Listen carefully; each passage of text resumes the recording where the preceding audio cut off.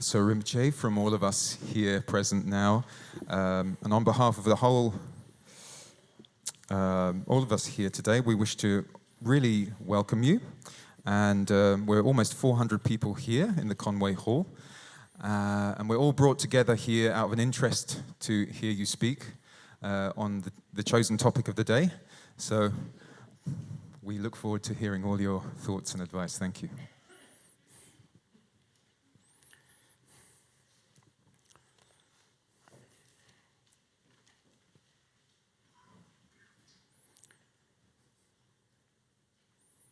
I'm happy to be here in the ethical society.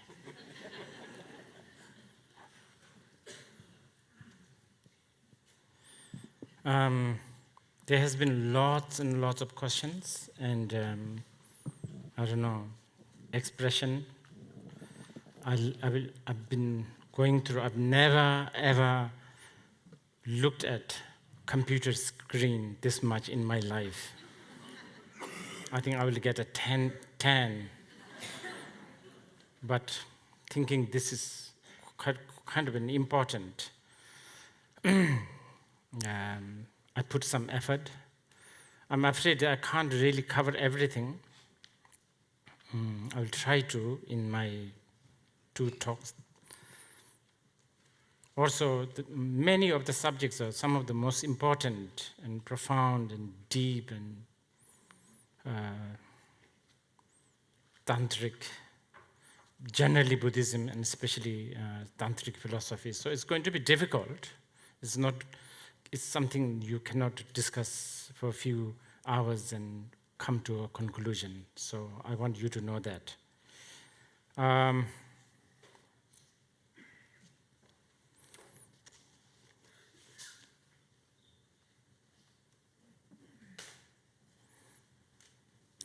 I'm not going to pretend that we don't have an issue. We don't, definitely, there is an issue, there is a problem that Rigpa is facing.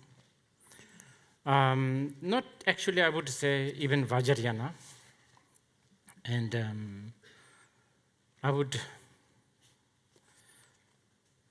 I'm sure some of you have read this Newsweek article recently, just a week ago, is it? And there was somebody made a comment about this. It's very interesting, but I think it's good that you know. See, so many gadgets.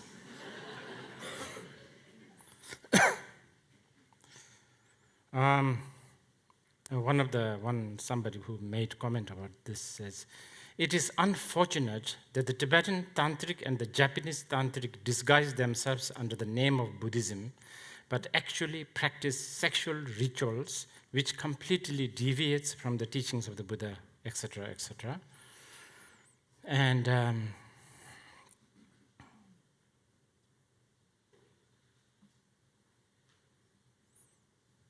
And then he also goes on saying, how wise British professor Lawrence Weddell,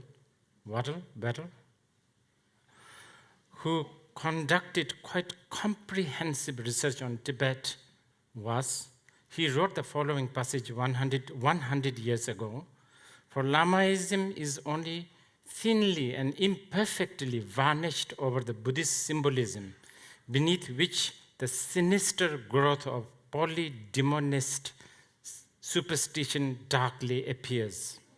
And there's more.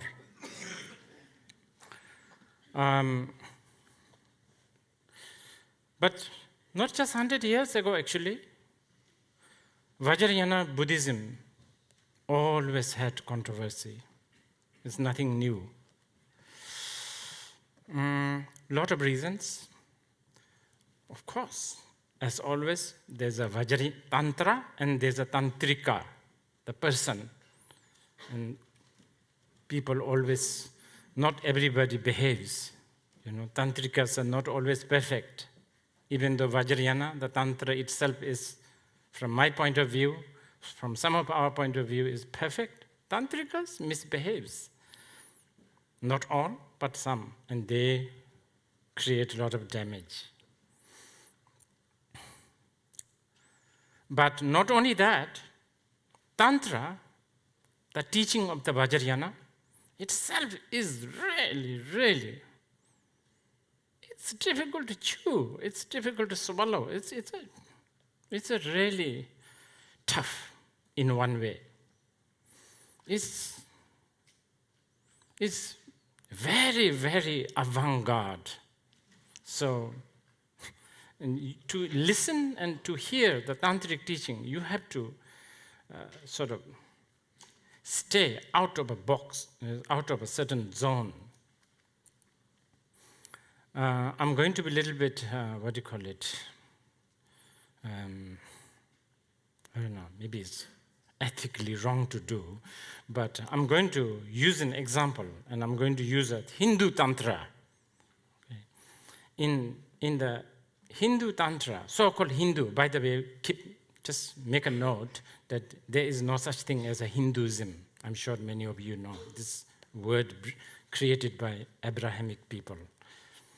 In the Hindu Tantra, when Shiva first was requested by his consort Parvati that to teach Tantra, Shiva refused, and finally Shiva, and this is one version, by the way, you know how the Indian stories, so many versions. And Shiva said, okay, you know, you have to be in union with me, because only when you are in love, when you are in this love, deep love, then you will be able to hear the tantric teaching. Because, and it makes kind of, in a twisted way, some strange sense here. Because I'm sure many of you, one way or another, you must have fallen in love. And when you are in love, suddenly all rational and logic collapses. Doesn't it? Even the most ardent, vicious, critical, scientific, scientist, you understand? When they fall in love, the most smelly thing can turn them on. Things that they do, the most irrational, I don't know, whatever, different point of view. I'm just giving you an example. So Tantra always had controversies, nothing new. One of the most important person in Buddhism is Chinese monk Xuanzang, who, without him, we would have never ever known where Bodh Gaya is today. It's thanks to him, that's why we know where Bodh Gaya is, where Lumbini is, so on and so forth. He's a very important person for Buddhism. But even he said in his life story, when he was a total devout Mahayana practitioner, and I guess he must have encountered during those days in Afghanistan some tantric teachers and practitioners, and he made very interesting comments like, this so-called these tantric people who claims they're Buddhists, they suddenly fly, and then but us Buddhists, we don't care about this kind of magic and superpower, do we? Because we actually really want to understand the truth, so on and so forth. So it's not that Professor Weddell has found out something new 100 years ago. It's been always there. And meanwhile,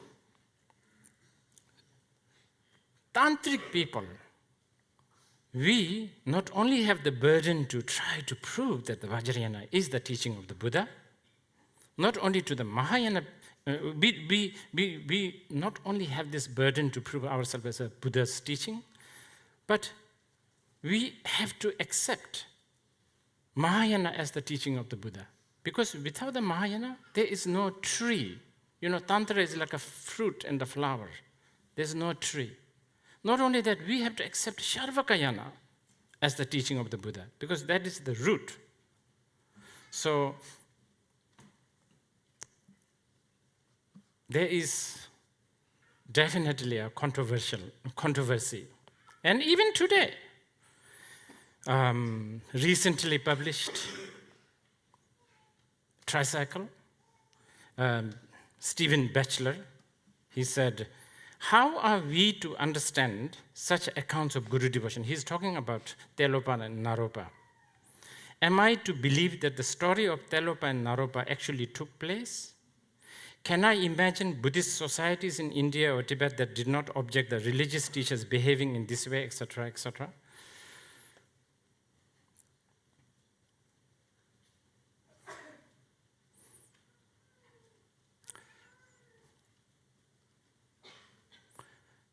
I hear this sort of a, I don't know, little bit of a taste or I don't know, connotation of that. Maybe the Telopa and Naropa is some sort of a mythological thing. It's not it's a legend, it's a story, it never happened. Well, you know, I can't really argue too much, you know. If we really want a scientific, so-called objective, and I would really stress this so-called objective, because the Western academia so crazy about objectivity, right? Objectivity, I always have a problem with it. Anyway, so-called objective, scientific proof, and a little bit of a colonial attitude in there. If you really insist on that, I don't think all Buddhists can prove that Buddha actually came. You know, Indians were never really good with keeping records. Chinese were really good. Indians, not only they were bad at keeping records, they love putting zeros, extra zeros. I don't know, it's probably the sound of sitar and I don't know, all this poetic stuff. They, you know, it's something that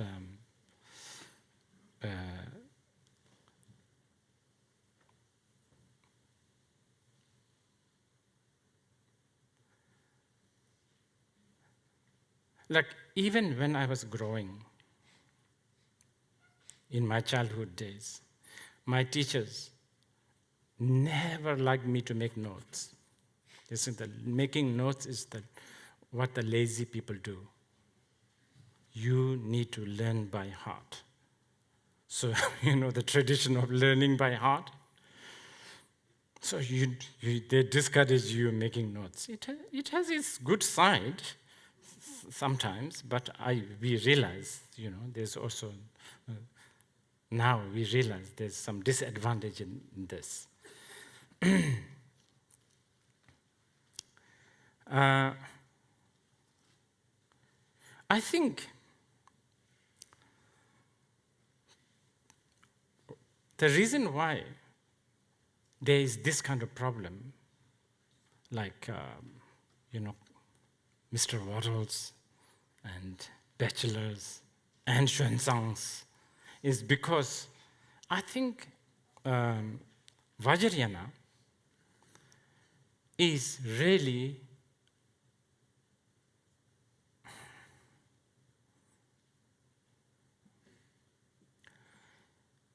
it is something that is so advanced is not the right word. I don't know. It's very raw. It's really, really raw. It should have never been, you know, spoken outside. I mean, in the original source country, they did quite a good job in India. You know, one guru, maybe 2 or 3 students, you know, one somewhere in a cemetery or a bar or inside a forest or on the top of the mountain or inside a cave. All this thing happened. You know, they kept it really quiet. And then went to Tibet. And then that's where everything began to fall apart, I feel. But, you know, in Tibet, in one way, everybody is kind of a Buddhist. And sort of, you can say they're sort of a Vajrayana follower. So I guess there was not so much challenge somehow. Vajrayana has a really, for instance, the teachings of the Shunyata, the style and method of teaching the Shunyata is really raw, in a really complete raw form. I mean, only in the Vajrayana you hear expressions like solution and the problem are one. I was talking this morning. By the way, there's so many Buddha's teachings, not just Vajrayana, so many. 83,999 to be exact. There's so many. And as a path, when we talk about a path, you always talk about the problem and the solution and how to apply the solution to the problem, isn't it? Where there is a clear distinction between the problem and the solution is what we call causal path. And where there is a less and less and less and less gap between so-called the solution and the problem, then the teaching becomes more complicated. And in the Vajrayana, the solution and the problem are one. This is why you hear words like emotion as wisdom. You almost never hear expressions like samsara and the nirvana is one, really directly in the raw format. Even though in the Mahayana, in the teachings of the Shunyata, there are, very direct teachings, but in the Vajrayana, it comes in the very, very raw form. And then even in the technical level, because the view is so raw, even the technique can be very raw. For instance, only in the Vajrayana, technique of not just visualization. Visualization is a very, very diluted, watered down word. In fact, having the confidence of yourself being the Buddha. No need to change anything, just as it is, right now. These kind of expressions are really difficult to chew for. So person as a deity. Your body aggregates as the deity's mandala. These are not that easy to chew. And the world as a celestial mansion or the mandala also. And we call it Doyon Lamchir, which means pleasurable objects, so-called distracting objects. Take them as a path instead of having animosity towards them, instead of looking down at them as some sort of a temptation and some sort of a, devil's incarnation. Taking them as a path. And then also, on the action level, we call it Tulju Gichepa, which means acting totally genuine, without any posing or pretending or fabricating or sugarcoating or anything, just as it is. Stuff like this is difficult. It's really difficult. And, when I think deeply, even though at the moment the Tibetan Lamas are doing the teaching job for, this Tantra in many parts, I really wonder how much the Tibetan mind actually really can understand this non-duality, this kind of raw non-duality. Tibetans have a lot of Confucius influence from China. Tibetans have a lot of Brahmanical, sort of Indian, sort of hierarchical and, what do you call it, caste, influence from India. And it's very evident if you look at the Tibetan without your, what do you call it? If you look at with the naked eyes, without, all the other filter, it's very much there within the Tibetan society. There's that, a lot of that. And the Chinese, as I mentioned, there's a lot of Confucius, what's the right, the patriarchal, the leader, all of that. And then India, well, probably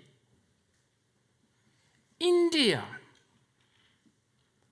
even though it's waning now, India probably has still a little, there is a cultural sort of setup.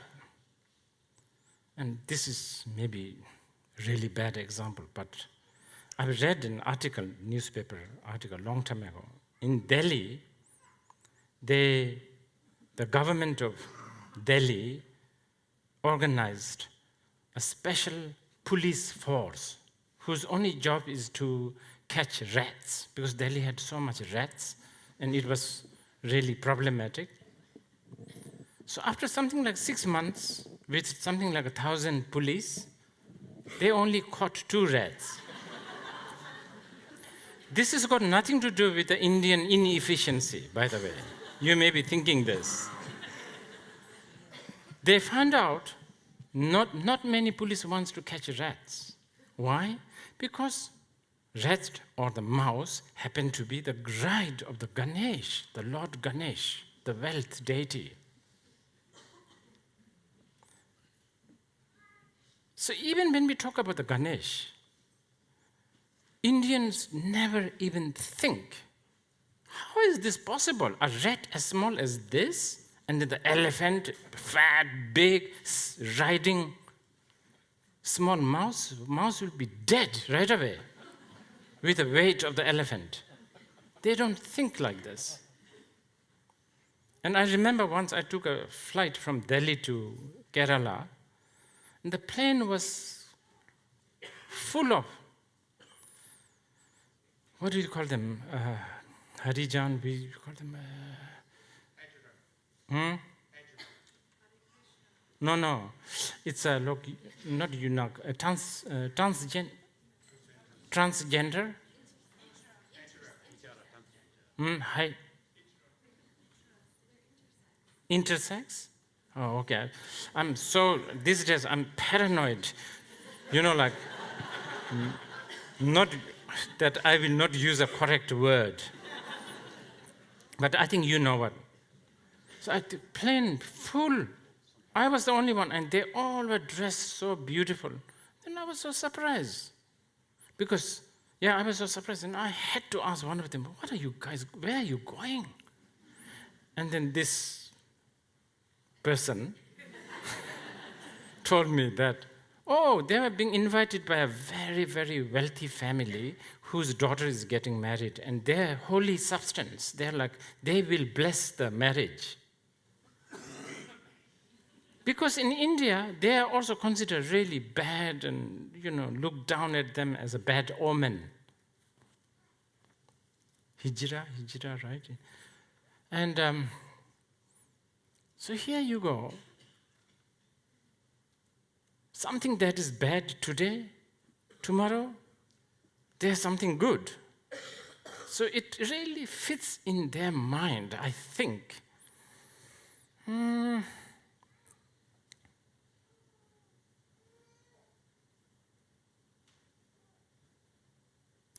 So it's going to be quite interesting how generally Buddhism, and especially Mahayana, and most especially Vajrayana Buddhism, how it will really swim across the European, American, Abrahamic, Protestant mind, how it will go through. There's something to think about these things. But anyway, I should go back to our subject, the future of Buddhism, right?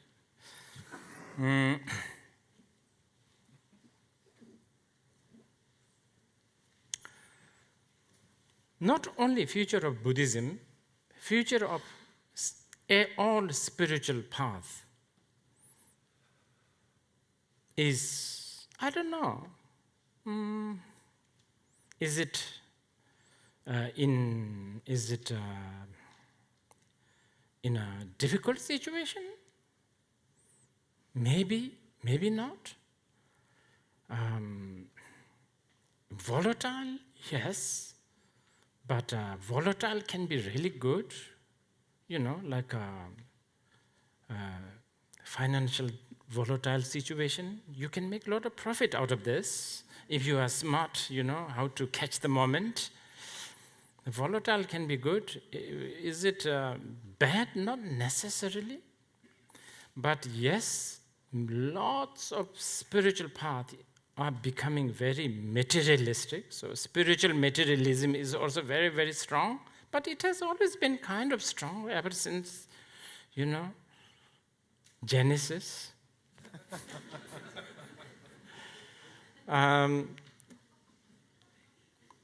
If you are talking specifically about future of Buddhism, I'm a Buddhist. I would say it only depends on the merit of sentient being. Can't do much. Yes, you can study, you can analyze, you can do all these things. But at the end of the day, the merit. I know some of you may think that I'm this, religious person talking, but if you don't have a merit, and especially a group merit, you won't have a good prime minister. You won't have whatever. The merit is a very, very important factor here. So, future of Buddhism, I think merit will play a very important role. And then we are talking about challenges and opportunities. Challenges? Yes. There's a lot of challenges. I think there's so many challenges.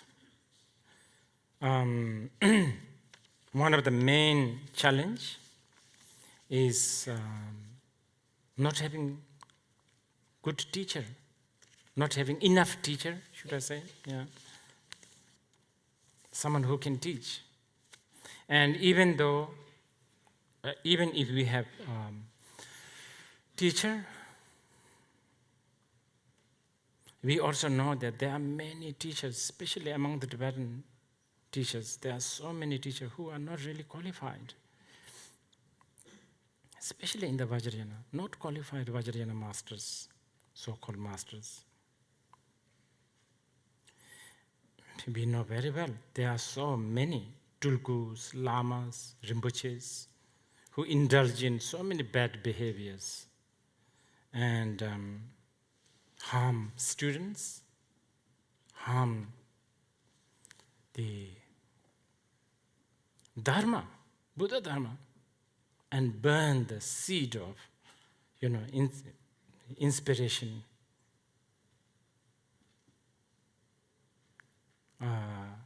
from innocent people. And this is a big problem. There's no dispute with this.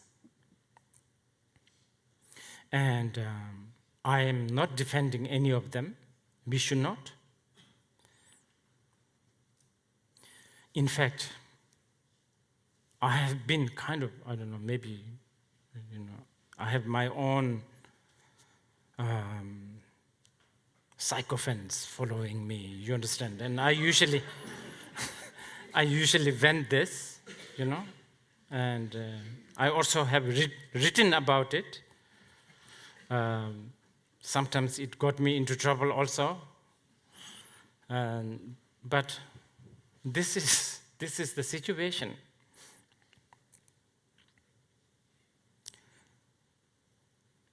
We have, as I said, we have teachers, but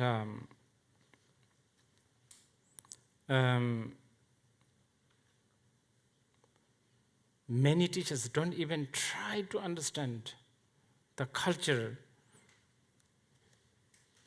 and the society whom they are trying to teach. Teachers are supposedly like a doctor, and a student is like a patient. Dharma is like supposedly medicine.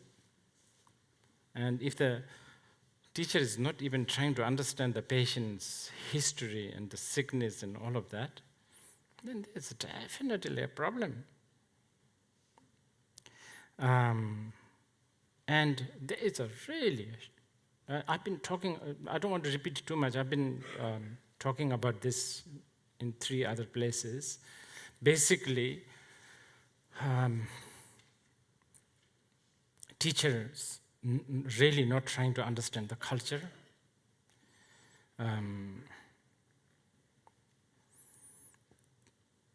Even language. I have to say, I'm a good example. English is not my, first language. Actually, I came to study English here, but really, I wasn't studying much. Instead, I don't know whether it happens these days. There's something called National Film Theatre, right? Still exists? Okay. At 10 in the morning sometimes, until 11 at night. One after another. That's when my cholesterol went up, I think. Fish and chips and all of this.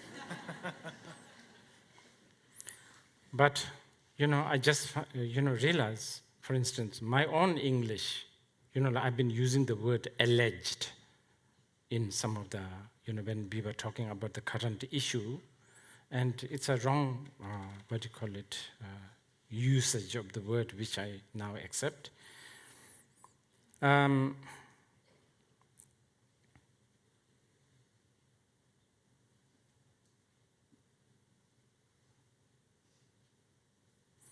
So there is so many challenges, and this is one really big one, and it's going to be a difficult one, because this is going to take some time to have some sort of a communication and learning and a realization. And then we are talking about opportunities. Yes, we have a lot of opportunities. That we do. First of all, Buddha said, in the degenerated time, in the future, even if a person can keep one single vow, or if a person can meditate, a moment or 2 every month, even if a person can think of love and compassion and bodhicitta, once a month, the Buddha himself said there is an equal amount of impact to those students who think about love and compassion and the renunciation and all of that all day, all night during his time. Because that, I guess, you can see during those days there was no WhatsApp. And a lot of challenge, Facebook and stuff like that. There's a lot of, challenge for sitting and practicing. And especially in the Vajrayana, the tantric master said right from the beginning that in the degenerated time, Tantra is going to be more potent, more, decisive, quick, and more blessing. So this is why I was asking the Rigpa Sangha this morning. It's now that the students of the Rigpa Sangha must, think big, be courageous, be resilient, and have the right motivation. Really, right motivation. Not just to sort of prove a point or, but enlightening sentient beings, that, for that you need to do a lot of things.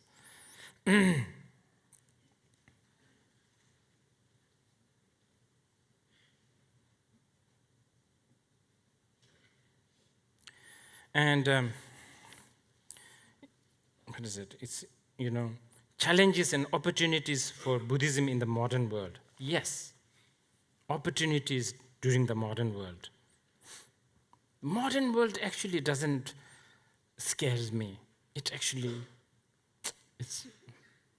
because what is modern world? One of the, character, if you like, about modern world is you have more, access, or you have more, know-how on being analytical and critical. And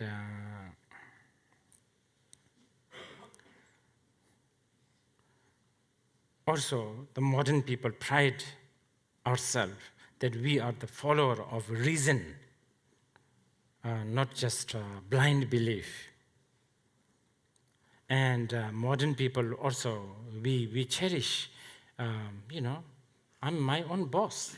Who else is my boss? All this fits in very well with Buddhism. So well, especially Vajrayana Buddhism. I know some of us here who don't have much information on Vajrayana Buddhism may be a little bit puzzled, but very much so also with the Vajrayana Buddhism.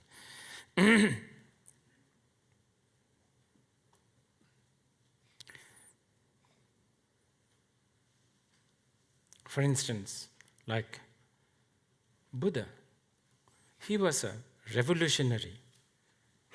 He went against hierarchy, caste system.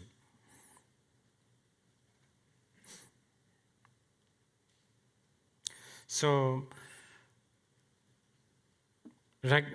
what is happening nowadays with the Rigpa situation? We could really turn this into an opportunity. If students find their teachers not behaving well, yes, they should speak out about this. Of course, whenever there's anyone genuinely, harming others, especially if it is coming from someone who is in the sort of a higher position, it's really important to speak out about these things and not to protect this kind of hierarchical system.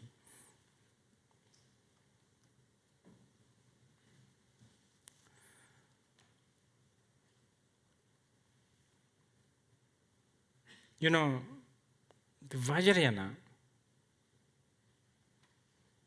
from generally all Buddhism, Mahayana and Vajrayana included, there is not a single tantric text where it says the tantric master can harm others. No, none. A tantric master, what should a tantric master, not just master, all practitioner, all tantric practitioner is always doing three things. They are practicing Sharvaka, Mahayana, and the Vajrayana all together. A tantric, one cannot become a tantric practitioner if you don't take refuge. The fundamental vow of the what a refuge vow is not to harm others. You have to do that. And then, in the Tantra, bodhicitta is like the heart and the soul. It's like the eyes. Not only not harming the others, you have to help others.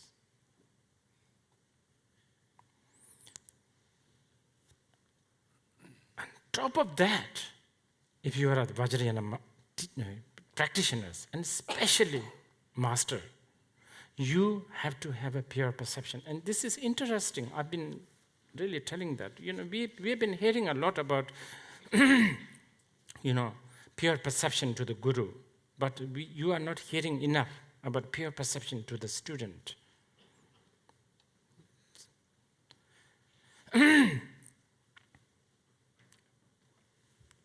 Okay, one thing. I'm going to just speak whatever comes in my head.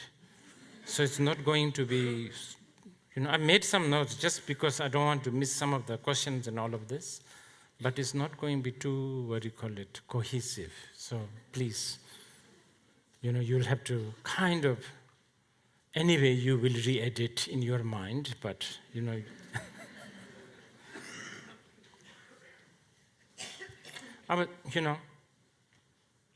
I was talking about how Buddha was a revolutionarist. He went against hierarchy. And I want to say this. Guru is got nothing to do with the hierarchy. Vajrayana Guru, Vajrayana Master. And,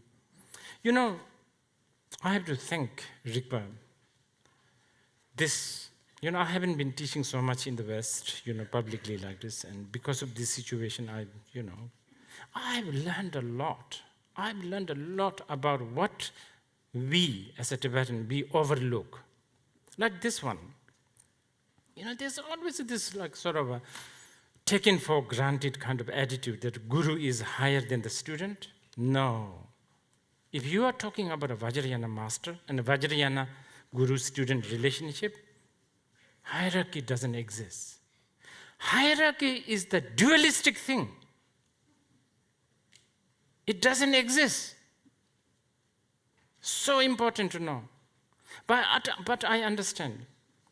There's a gesture of, respecting to the master, sitting low like this, and then having a better cushion, and then water, and all of this. This is a tantric student's personal choice, if they want to do this. And there's so many evidence for this. I know someone like Stephen Batchelor might say this is just another legend, but like Saraha, who was a dean of Nalanda University. And the Nalanda University is big. It's like as big as University of London. I went there, So I need to mention this a bit. I didn't finish, by the way. All because of NFT, National Film Theatre.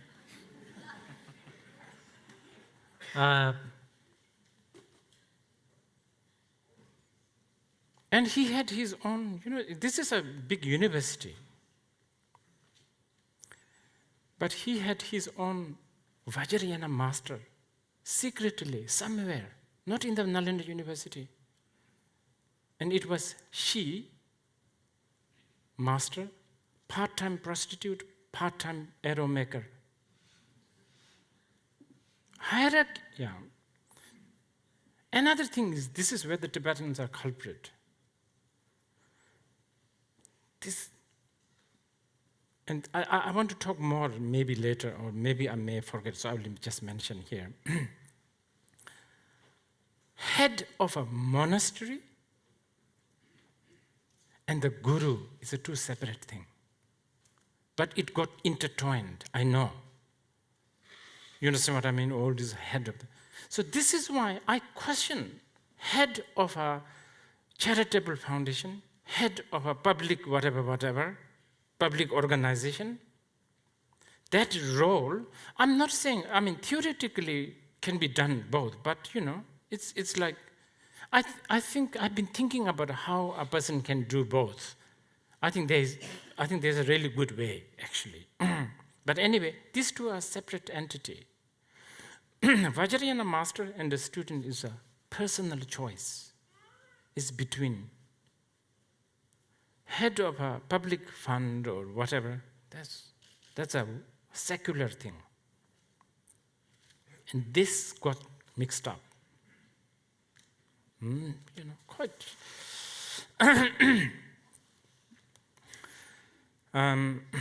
But anyway, I want to say that nowhere in the Vajrayana text there's a mention that Guru can do whatever they like, they can beat up whoever they like, they can do whatever they like. Nowhere. Yes, there is a mention that a Vajrayana student must have a total pure perception to this person who you have chosen consciously after a lot of analysis. That is your chosen practice. These two are different things.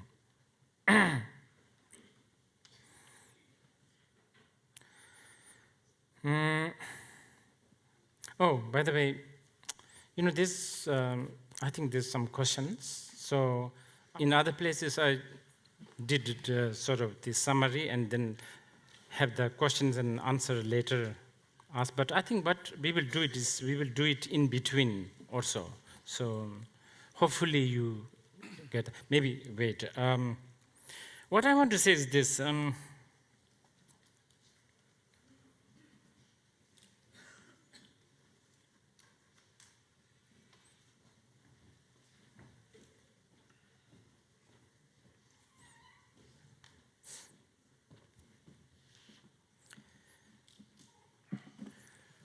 We are going to talk about this quite, hopefully we will touch to this subject.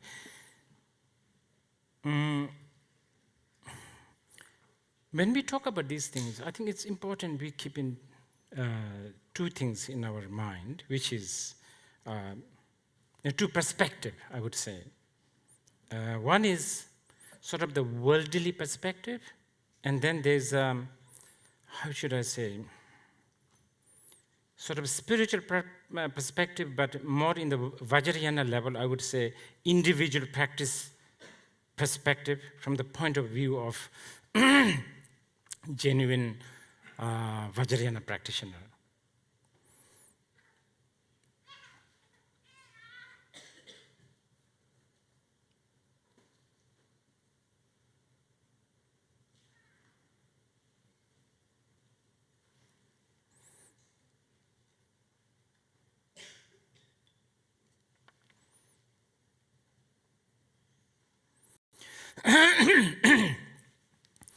Okay. This is actually one of the most unique things about basically the Indian philosophy, and especially in Buddhism. The Buddhist teachings always comes in the form of relative truth and ultimate truth. Absolutely important. I think this is again another, what do you call it?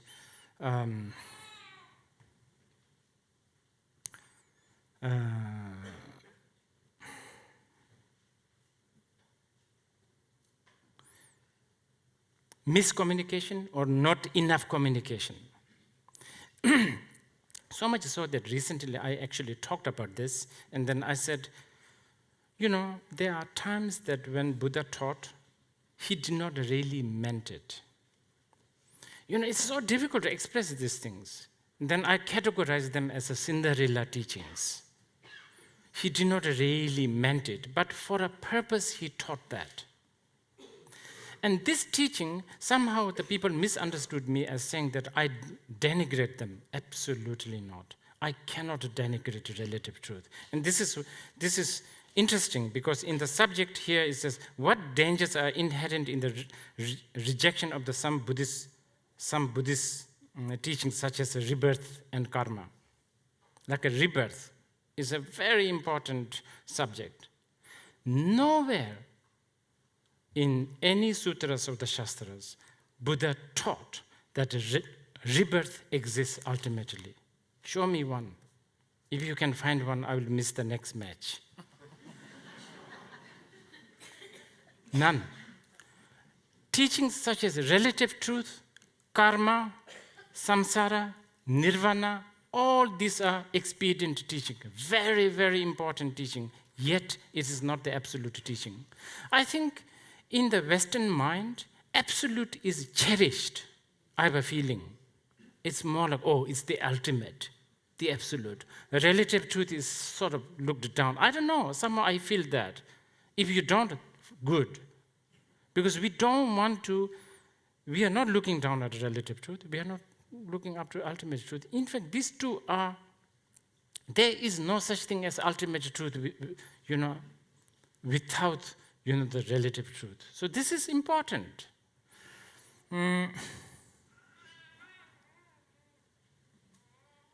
So in Buddhist teachings, there are a lot of teachings where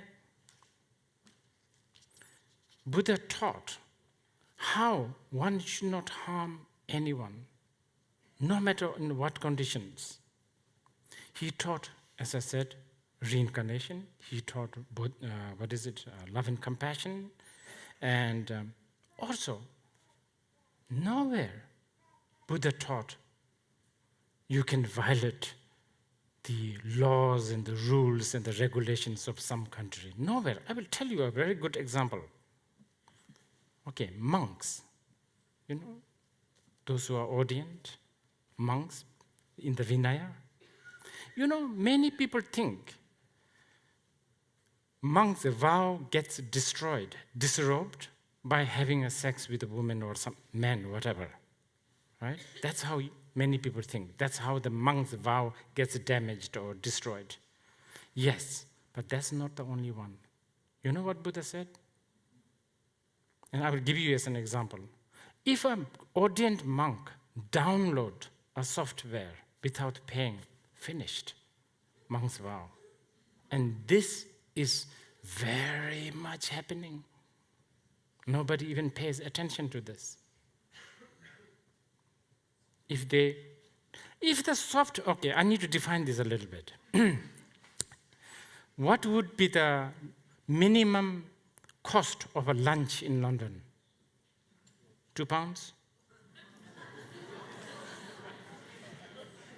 What? No, 5. Okay. So if a software, if it is, let's say, £5. If the software cost £6, monk's vow is finished. So I just want to tell you that it's not that, the Buddhist teachings never look down at these rules and regulations and laws of the relative conventional truth, because conventional truth is so important.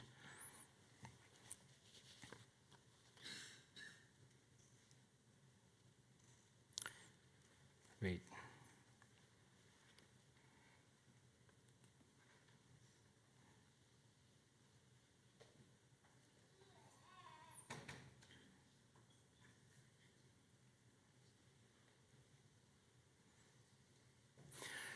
But as much as the conventional truth is important, the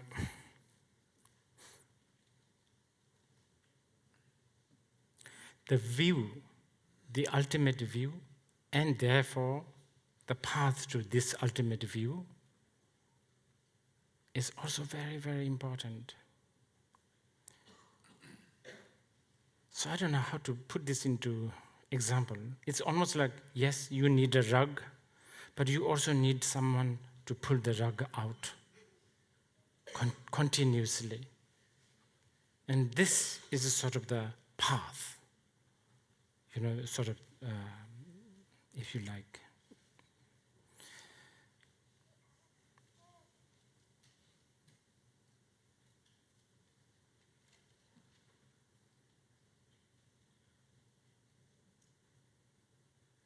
And I think this is really important.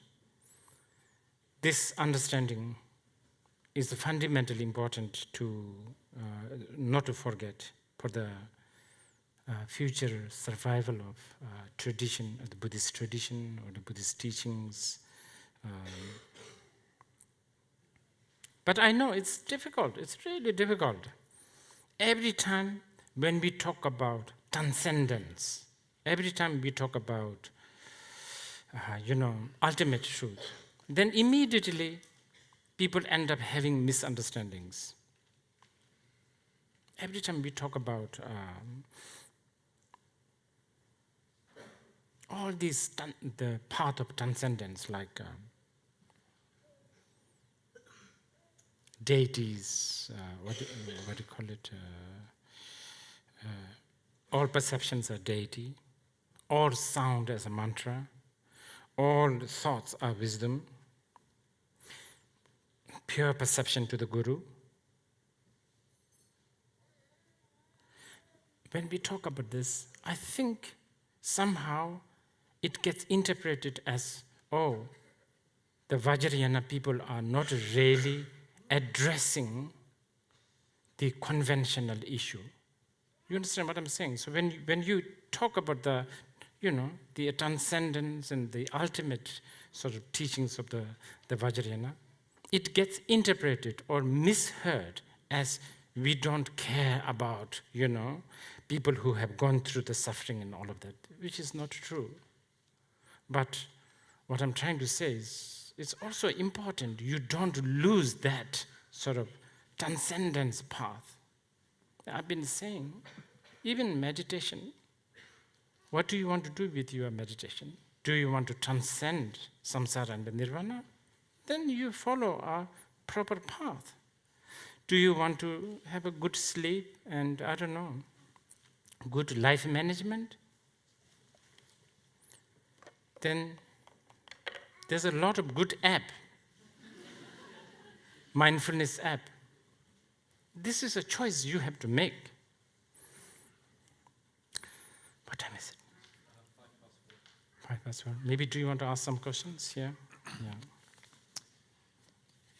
From what I gather, listening to your talks, Rinpoche, so long as there is consent between a student and a Vajra master, whatever happens is okay. Is this what you meant? As long as what? As long as there is consent between a student and a Vajra master, whatever happens is okay. Is this what you meant?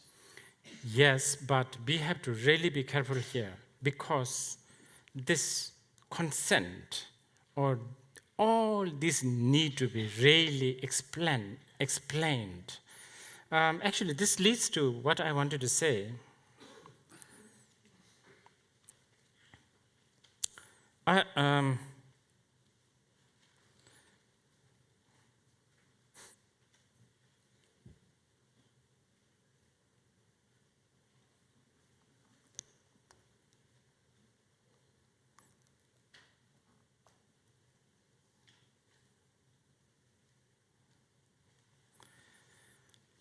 As I was saying, anything transcendence is really difficult to understand. For instance, I will get back to the main question, but pure perception to the Guru, even though it has become a very, very touchy subject now, I guess because it has something to do with the Guru as one person.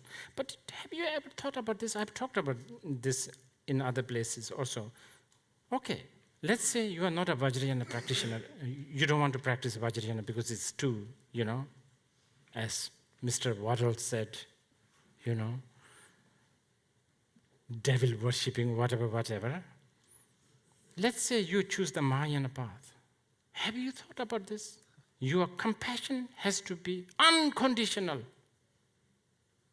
Can you even do that? Let's say Forget the Vajrayana, pure perception towards the Guru. You know, I wake up every morning and I go to BBC. Somewhere inside me, there is a very strange hope that there is breaking news, Trump impeached.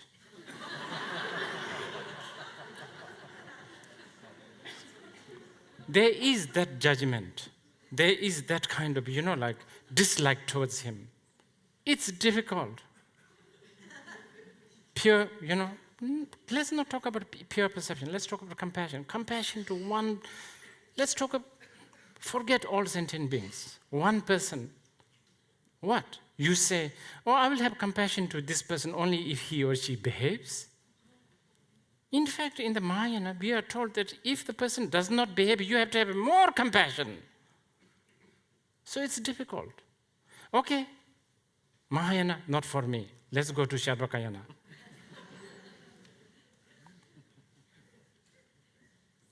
Really? Renunciation? Okay, renunciating something that you already don't want to get rid of, probably like a job and stuff like this. But, and also, maybe it's easy to renounce Rolls Royce.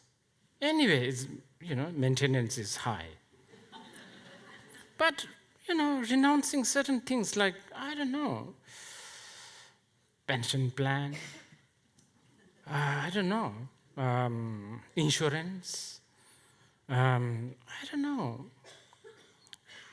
ideology, liberal ideology.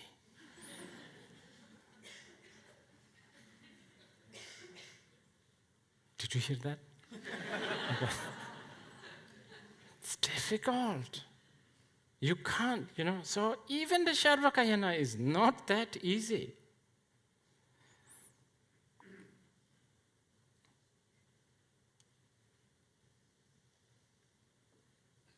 But I understand, compassion to all sentient beings sounds good. And it really works well if you are in a sort of a public forum. Wow, talk about compassion, but guru devotion, that smells. It's not something that you don't want. And that's why I said, this should not be talked about in the public. In the public, it's really nice to talk about, compassion to all sentient beings. How many times have you been to World Peace Forum? Isn't it nice? The peace for the world and stuff like saving the planet and all of that. Most of the people who try to save the planet, they take a hot shower.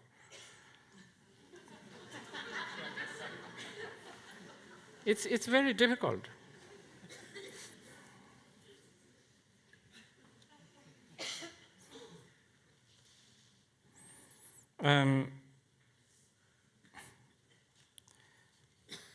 So I think the consent, going back to the consent, really, what is being consented, so to speak? Yeah, I don't know whether there's such a word. That need to be clearly. This is why in the tantric text there is mention of how a tantric master must teach Vabheshika, Svatrantika, Chittamata, Madhyamika before he was given the teachings of the Vajrayana. It's there.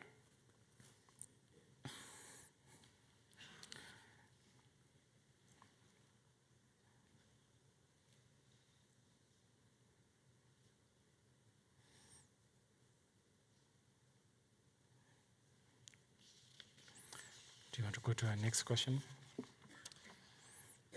What is meant by skillful means and crazy wisdom? Should we take a break?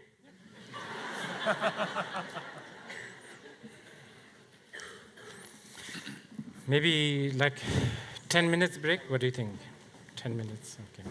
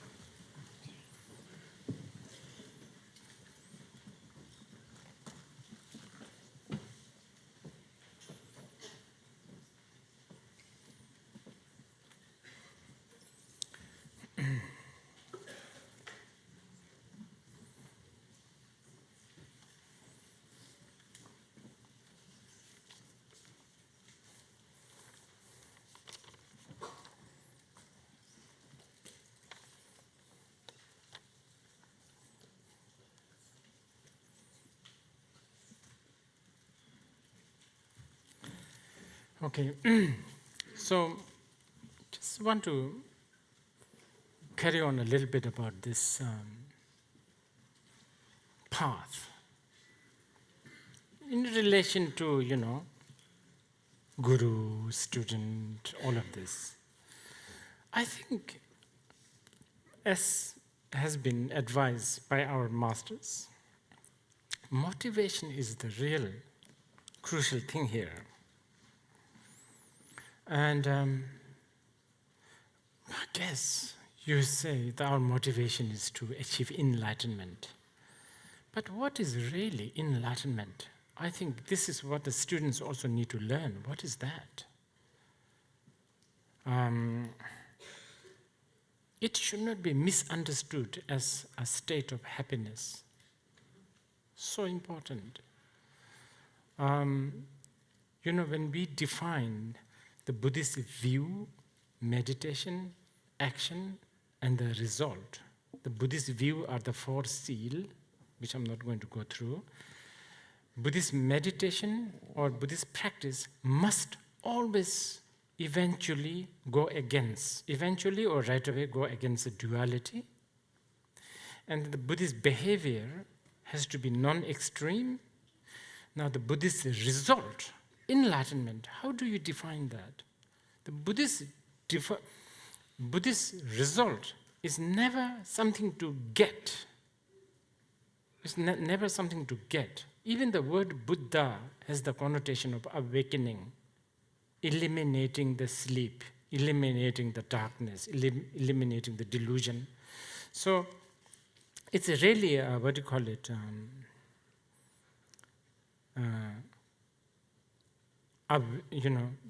this is quite important. And as easy as it sounds, it's not going to sink into our habitual system, because we always look for some sort of a happiness many times. And of course it doesn't help when, especially on the relative teachings, such as when teachings like a Sukharvati, like our Amitabha realm with the pond and the swan swimming and all of that, of course. But these are relative teachings. Ultimately, we need to know that enlightenment is not just something to do with happiness. We need to know that we need to know that the path is the Buddhist path. The Dharma is not there to offer a solution to the trouble of worldly life. We need to know that the worldly life, samsara, is like a piping system in India, where you can really fix it. You can sort of scotch tape it and put a paint on it and looks like it's brand new, but sooner or later it's going to leak. You have to have that kind of attitude towards so-called samsara, which involves everything, our values, our ideology, our home, our, everything. And then we also need to know what is the cause of the suffering. Cause of the suffering is basically clinging to the this idea that there is a truly existing self. Now, I need to be careful here, because recently I was using the word crushing the ego, and someone really did not like that. He said, DKR usage of this terminology, he said that it do not exist in the whole Buddhist teachings. And I heard he was he claims he's a Buddhist monk.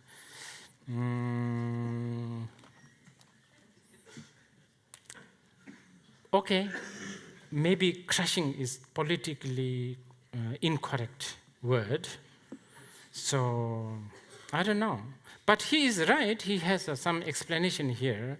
The Buddhists believe that there is no such thing as self to begin with, so there's nothing to crush. Yeah, of course, totally agree with it. And I would just say that that's how we crush, by not by realizing that there is nothing to crush. But I understand, these are, how should I put it? These are precarious time. The word, the usage of the word, language that you choose. And I'm choosing a foreign language. It's not my native language. It's difficult. Have you ever, I give a lot of public teaching. I mean, not a lot, but I don't know, some of those who have been used to my giving public teachings, I don't make notes, but now I do. Have to be very careful here. And I'm sure I've already made few mistakes already.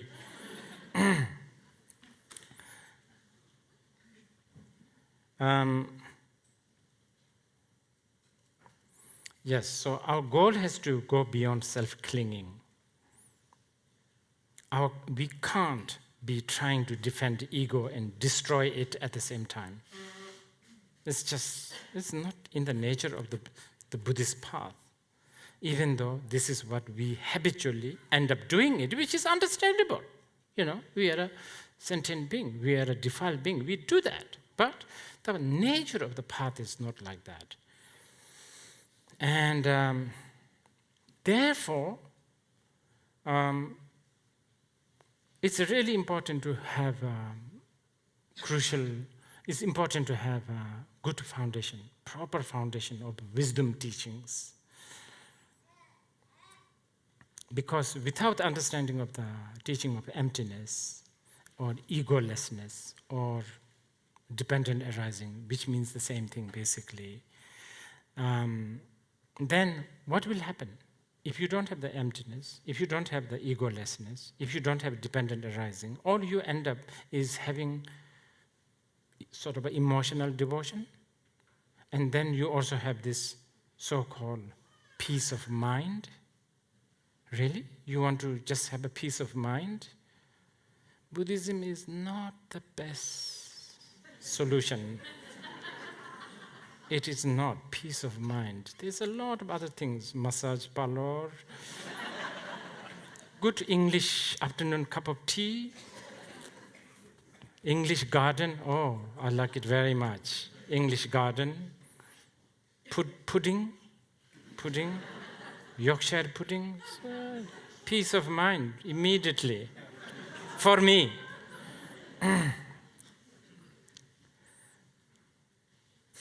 And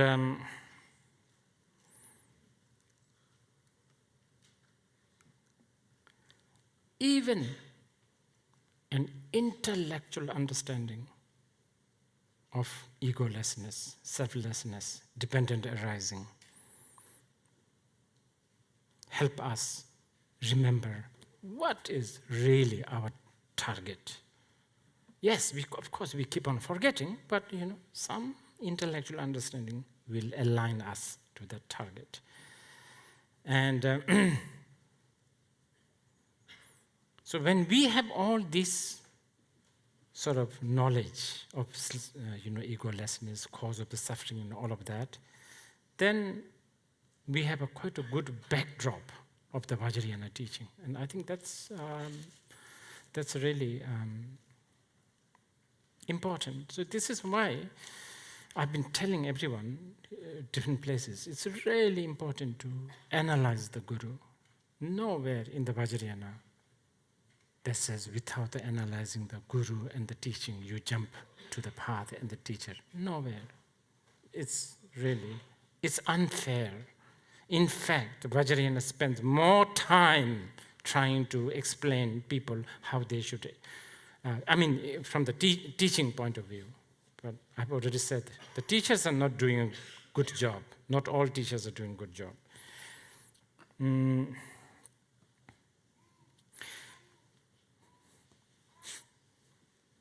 Recently, when I was in Berlin, there's this German who asked me a question.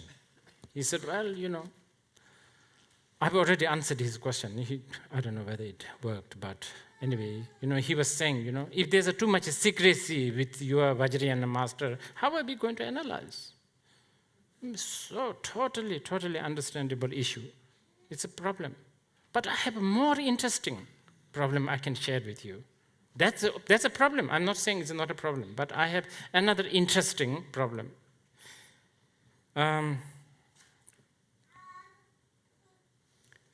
How many Vajrayana teachers are now giving initiations and the Vajrayana teachings to hundreds and thousands of people?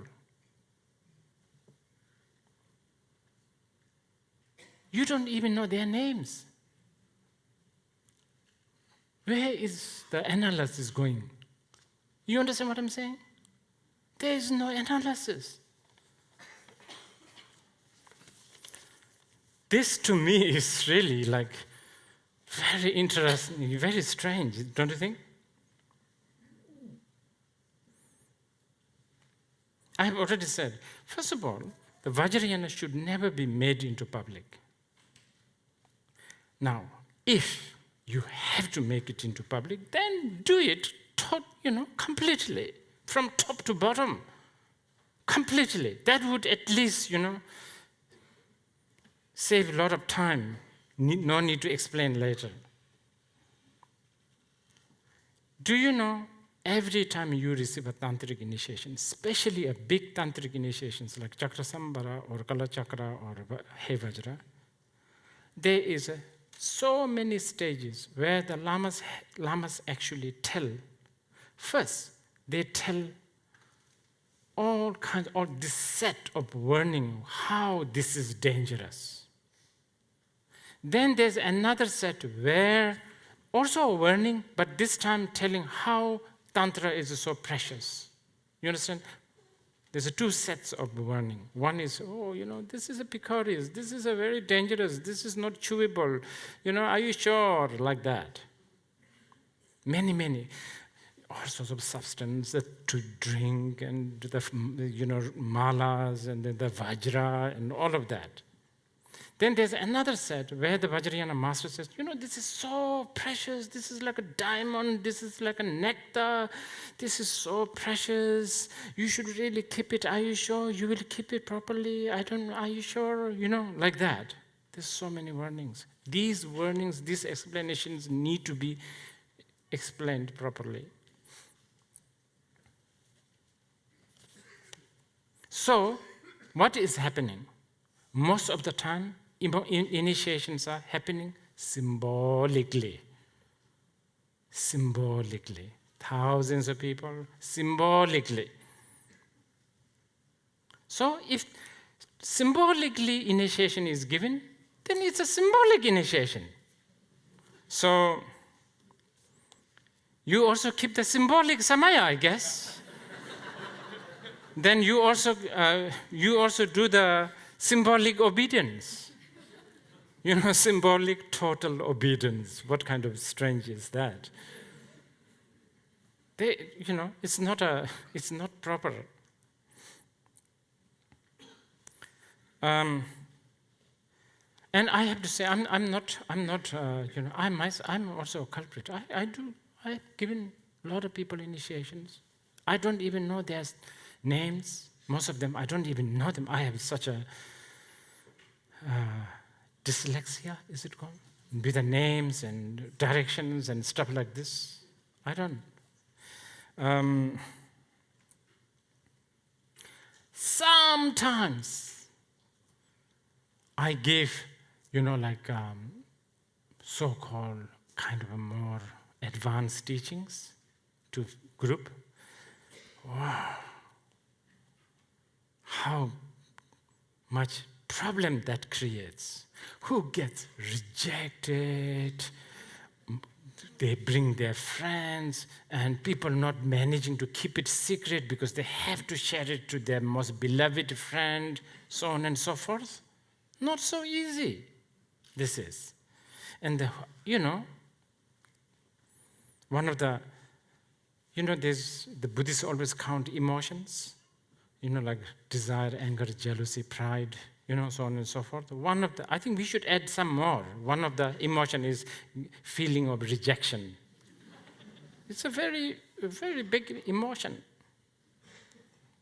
And guys like me, who's not enlightened being, we end up bowing down to that kind of emotional sort of, symbols and signs and, gestures.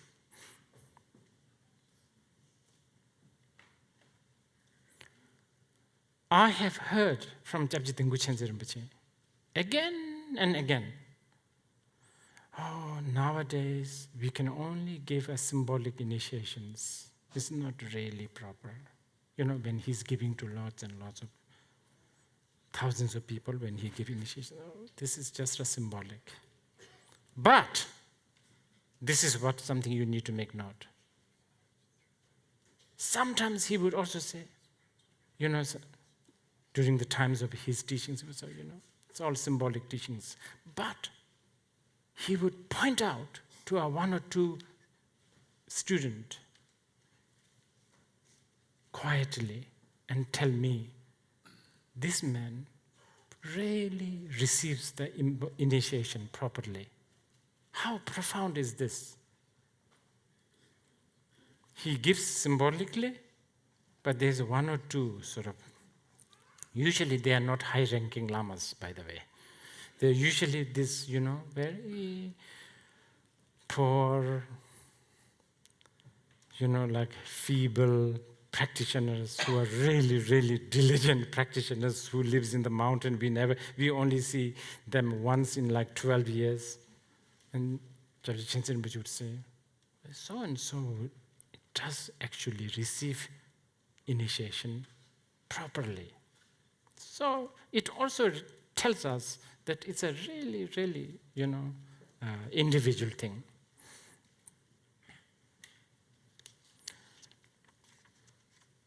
Do you want to ask a question?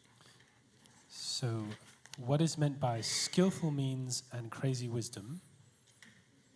Oh, I haven't finished that one? Oh, okay. Skillful means and the wisdom, crazy wisdom. And I thought we did that. Oh, yeah, this was it this morning. This morning we did, but before the break we stopped. Oh, okay. I was saying, crazy wisdom, it's somehow the word crazy wisdom somehow makes you believe that there is sort of not so crazy wisdom. You understand? I don't know. Maybe I would say small dosage wisdom and the crazy wisdom. I may put it like that. If the wisdom is in its full dosage, and if it is placed in samsaric normal, again I have to be careful here whether I should say it normal world, it will be looked upon as a crazy. It's not normal. Non-duality is not normal to the normal world. Elephant does not ride mouse. It's not normal. Skillful means, by the way, skillful means have a lot of connotations. This is quite an important question. Skillful means really is very interdependent to wisdom. Higher the wisdom, more skill the person is. So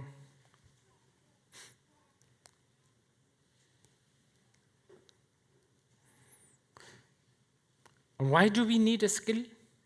For oneself, in order to mature and speed up our practice. In order to benefit sentient beings, you need to,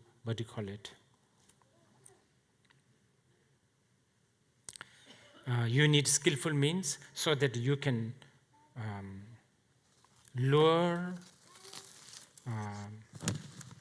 take the sentient beings step by step to the ultimate teaching. Okay. Rinpoche, you and other lamas also give tantric initiations and teachings publicly. How are we supposed to keep these kinds of samaya when we don't have any real understanding of what's happening? And secondly, given the present situation, how would you now give empowerments and pith instructions to students? And thirdly, how should young teachers and lamas give initiations and teachings from now on? Very good. I think most of the answer I've already said earlier. But there are some interesting questions here. How should we do it in the future? I think explanation is very important. But I was saying,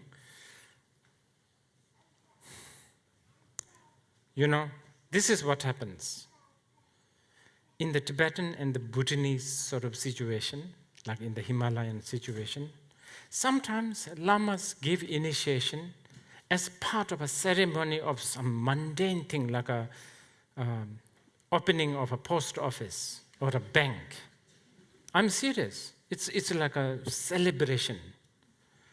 The motivation of initiation is not really driven by looking for enlightenment, is it?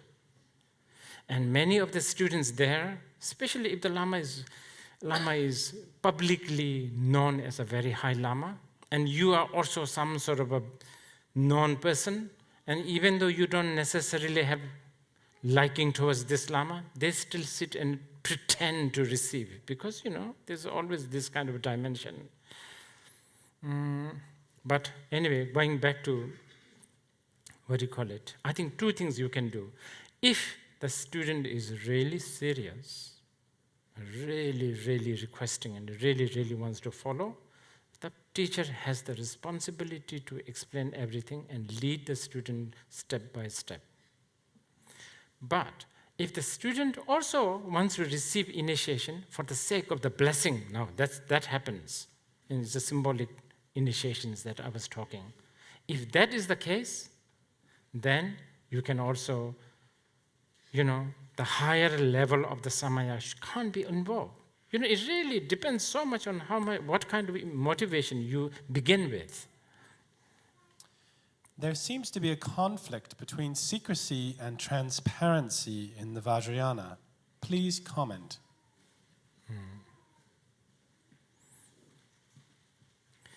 I think I've said this. Did I say this morning? Or I'm forgetting now. I think the concept of transparency, first of all, I think the secrecy is not really the right word. I think confidentiality is the right word here. Because I think the secrecy has some sort of a negative connotation here. Transparency, I think I've already explained. I think it has something to do with if you are, head of the monastery, that involves public funding, public situation, you are the director, non-profit organization, profit organization, whatever, then transparency is so important, so important. Like if the lama is the head of the monastery, yes, anything to do with the monastic situation, transparency is absolutely important. You can read words of my perfect teacher. If you are not transparent with the public devotees, offerings and all of that, this is one of the worst kind of karmic consequences you can go through. Now, confidentiality of Vajrayana, as I've explained, it is a personal choice. If you want to have that particular practice, then you choose to have that.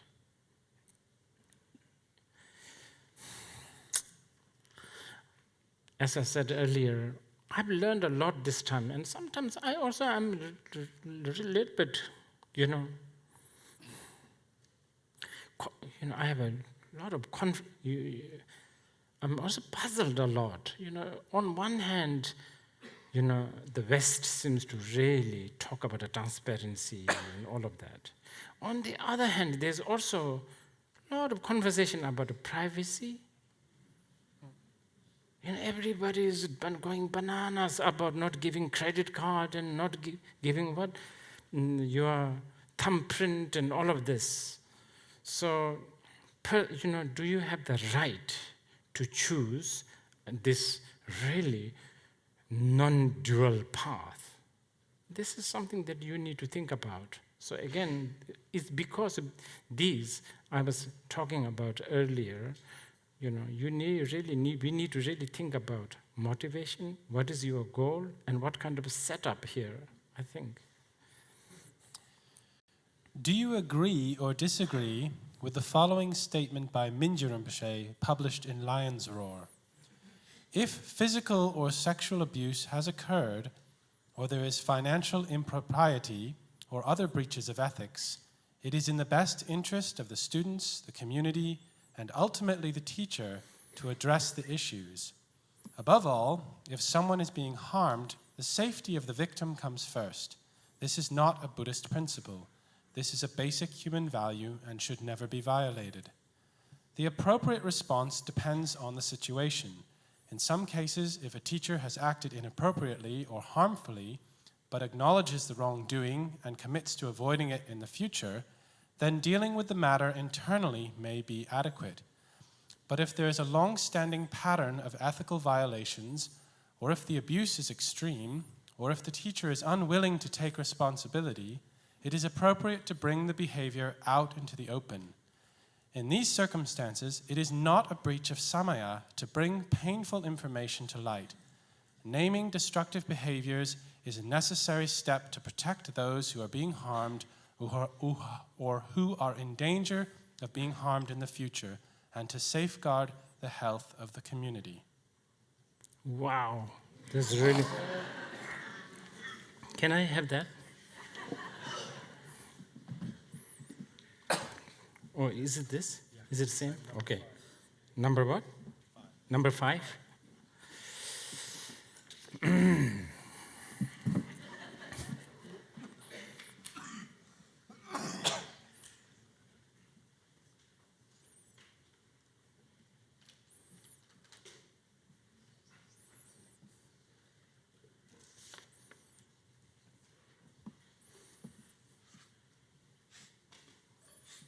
Do you agree or disagree with the following statement?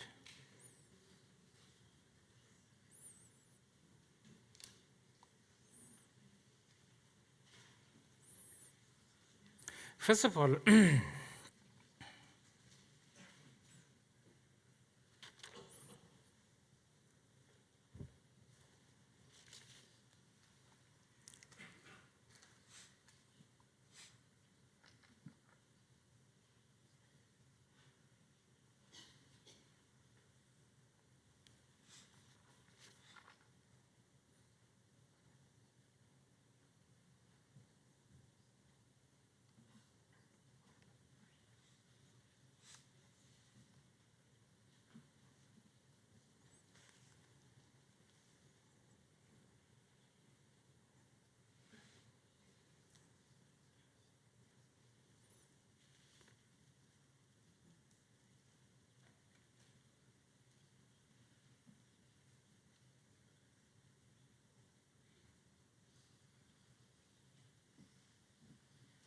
okay. First of all, I think similar question has been asked, and I have been always a little bit, not so sure, because this looks like there's a lot of, loss in translation. Yes, most of it I agree. I'll have to say, most of it. But what will differ, how should I put it? I beg to differ, is this word, samaya. In these circumstances, it's not a breach of samaya to bring painful information to light. Now, this, we need to really talk a little bit. I don't know in what context he's talking about. If it is, as I have been saying again and again, consciously, after analysis, you consciously decide that this is your path, this is your teacher, this is what I'm going to follow, then I have to say, I have to defer this. It is a breach of samaya if you have consciously. Yes, before taking him as your teacher, you have all the chance to analyze, all the chance. Now, there is mention in the Tantra text that if after you analyze, after you consciously chose this person as your master, then after about a year or two, or I don't know, after a month or 2 years, then suddenly realize this man is a really strange man. You know, the master is really not a good one at all. He's like taking you for a ride. Then what do? In that tantric text, it says you stay quietly away. You stay away. You stay away. That's the best you can do. That I have seen. Other than that, so my difference is here because the usage of the word samaya. Okay, first of all, we need to know this. Even in the Sharvaka and the Mahayana level, criticizing someone is not a really good thing. Whether it's correct or not doesn't matter. You know, we talk about, what do you call it? Eightfold Noble Path. So there you have to be really careful. You have to really, really be careful with your motivation. What is your motivation, so on and so forth. Now in the Vajrayana, it's even more so, but I'm clarifying this. You know, if you have taken him, and look, first of all, if you can still criticize and analyze after taking the initiation, okay, then why go through all that? You know, Vajrayana talks about 12 years of analysis of Guru. Why go through that? You can still keep on doing the analysis and criticism afterwards. After you receive the highest initiation, you still can do it, isn't it? Then why waste time? We don't have much time, right? Number 2, let's say you are allowed to actually analyze and whatever. For how long?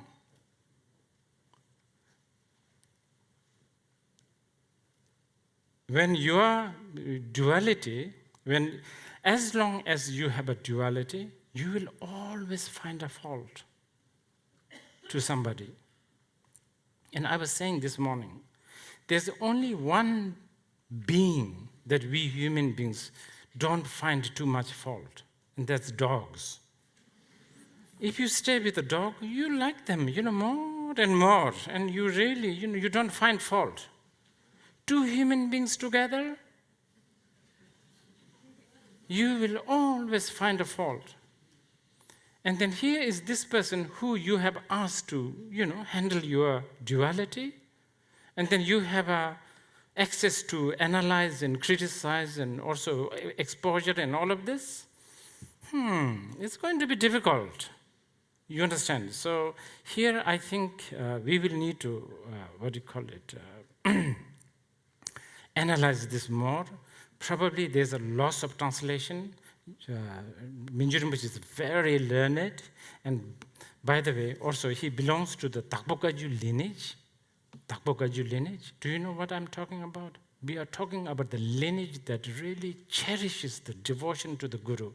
Even in their daily prayer, they say devotion is the head of the meditation. Do you guys, some of you may be reading this, it is something they, this Telopa, Naropa, Marpa, Mila business, all this has come from the Takbokaju lineage.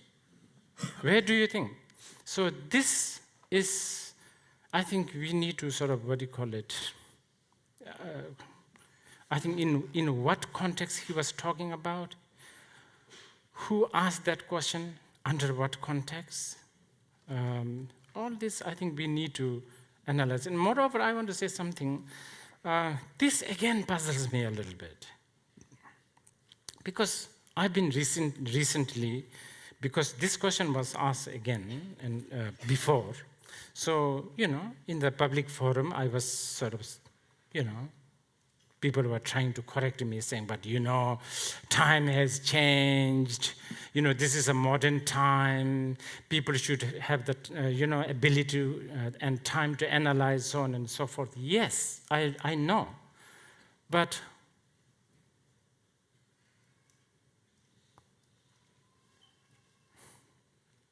should we really bend the Vajrayana principles just because it's a different time? Just because it's not politically correct? Should we really do that? I mean, you have to also think. This puzzles me. How West seems to be always so against cult. Cult and cult leader. If you are asking me to bend the rule of tantric texts, you are asking me to be the cult leader. I don't know, maybe I'm being very conservative and dogmatic, you can call it, but, it's not so right to, bend the rule in the tantric text. What if some powerful society suddenly says, well, not all compounded things are impermanent? Then what? Do we bend the rule? Oh, yeah. Things that exist in Bond Street are not impermanent. Should we do that? I think this is why I think,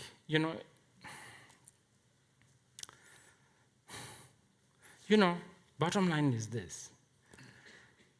Spiritual path, at least from the Buddhist point of view, if you are looking from a mundane point of view, mundane worldly point of view, spiritual path is the most useless. It is. Is that what you want? Then you have to follow that. It's really, really useless. Yes, I know. Meditation, mindfulness, they calm your mind, good sleep, and therefore good parenting, and therefore good house management. But then you are not talking about a spiritual path. This is what the great Sakipa Master said. If you have an attachment to this life, you are not a Dharma practitioner. These are something important that we need to register in our head. I think we have enough, no? Do we have enough? Few more? Few more time? Another 5 minutes. Okay. Your Facebook article mentioned major empowerment as the formal way to establish Samaya. But Sogyal Rinpoche rarely gave major empowerments, and many of us only received his verbal teachings and Torma initiations. Rigpa Sangha probably received major Dzogchen empowerments, mainly from masters invited to Rigpa. So when is a serious guru-disciple Samaya established? How do we decide who is our root guru? Sogyal Rinpoche or the Lama who gave us Dzogchen empowerment? And who has serious Samaya with us? This question demonstrates what I have been telling you, lack of, knowledge.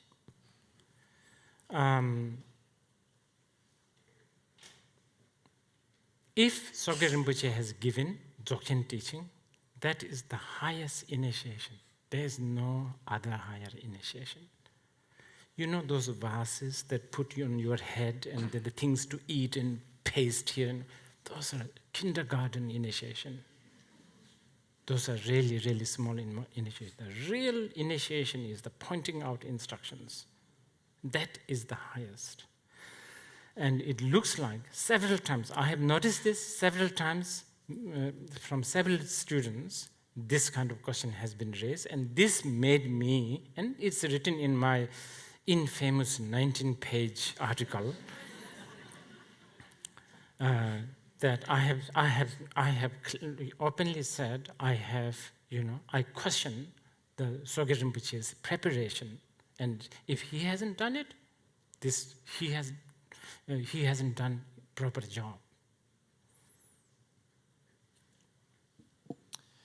In your Lara Bling talk, you defined hell as rational mind. Yet you also described the kind of devotion a student should have as rational devotion, And in your Berlin talk, you said that Vajrayana emphasizes critical thinking. Can you clarify what you meant by rational mind in terms of a hell state? Yeah, it's a really good question, I have to say. I have to say I really appreciate many of these questions. Many of these questions should be translated into Tibetan. And it should be really put into almost like a textbook. Need to be studied. This is a good question. You know, it's like this. Vajrayana, generally all Buddhism, especially Vajrayana, is like sharpening knife. When you sharpen knife, what happens? There's a metal called knife and there's a whetstone, right? And you rub. When you rub, what happens? Whetstone burns out and the metal burns out. Voila! The sharp phenomena of sharp knife appears, which is actually byproduct of burning out of two things. Likewise, in Vajrayana, there's the path of the Vajrayana which you apply. Path, what I'm basically saying is the path also need to exhaust. Path also need to exhaust. So, how should I put this?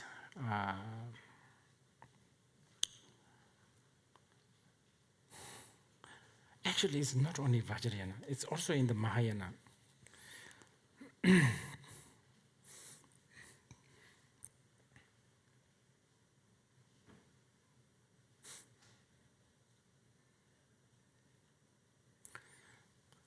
We use,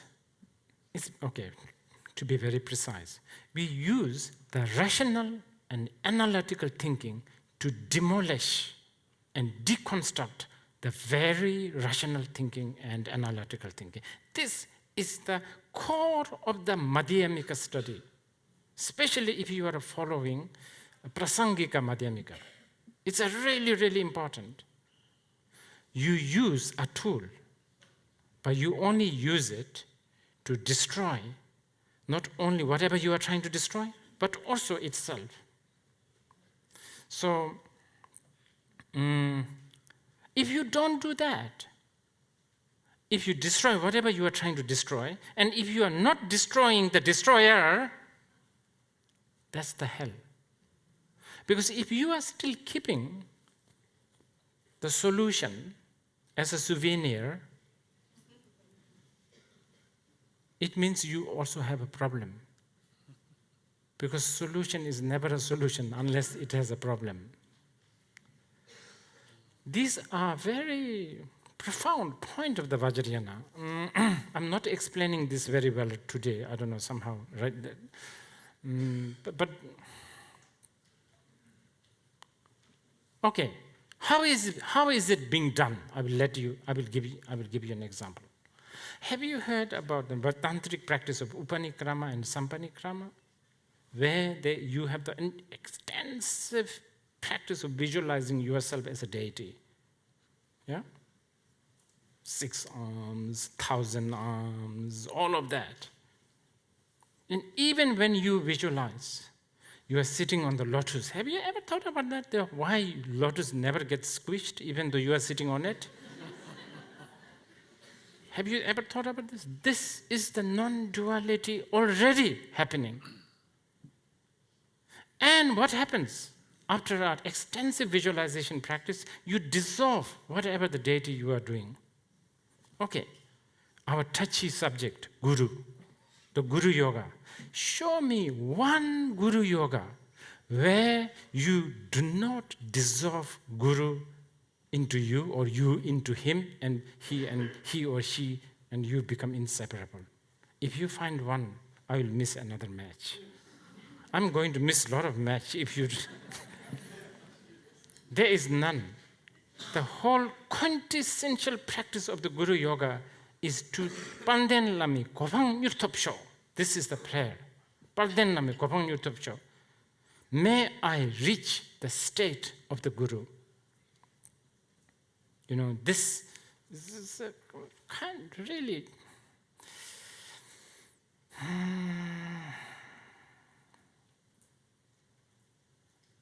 But bear in mind, please, with all this sounding, please, never think that I'm not saying there is this ambitious, not well trained, vicious, selfish gurus. Either they are self-proclaimed or they are, also recognized properly. Doesn't matter. Abuse, take advantage of people sexually, physically, financially, emotionally. Yes, it exists. You should not be naive that all this Tibetan lamas, endangered species, that they are all like holy beings. No. They are, really, and we cannot defend them. We have to expose them for the sake of the Buddha Dharma and for the sake of the Vajrayana. But I'm also talking about Vajrayana principle.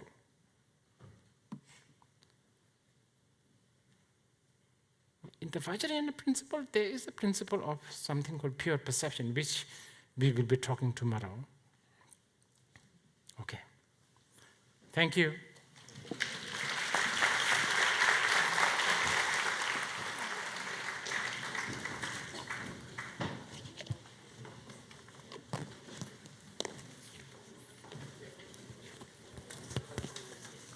I'm coming.